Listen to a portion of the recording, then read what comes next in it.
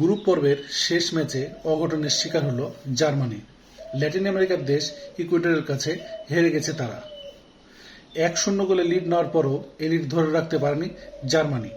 এটি জার্মানি অঘটনের শিকার হলেও তাদের দ্বিতীয় রাউন্ডে যায় তো কোনো বাধা নাই, যার কারণে এই হারে কোচের তেমন কোনো মাথা ব্যথা ছিল না এবং জার্মান কোচ ন্যাগেলসম্যান বাজিয়ে নিয়েছে তার বসে থাকা বা বেঞ্চের শক্তি। মূলত জার্মানি যা বোঝা গেল খেলা দেখে এই ম্যাচটিকে অত গুরুত্বপূর্ণভাবে নেয়নি, যার কারণে হাফ টাইমের পর একাধিক সেরা খেলোয়াড় যেগুলো বা ভালো খেলোয়াড় তাদের সবাইকে তুলে নেয়, যার ফলে ইকুয়েডর একের পর এক আক্রমণ এবং পরবর্তীতে শেষ পর্যন্ত ম্যাচটি জয় নিয়ে ছাড়ে এবং এই জয় ইকুয়েডরের সব থেকে বেশি লাভবান হয়েছে, কারণ বর্তমান ফিফার নিয়ম অনুযায়ী 3 নম্বরে থেকেও যে পরের রাউন্ডে যাওয়ার সুযোগটি পেয়ে যাচ্ছে ইকুয়েডর। তবে জার্মানিকেও এই খেলা থেকে শিক্ষা নিতে হবে, না তো পরবর্তী গেমে পড়তে হতে পারে বিপদে।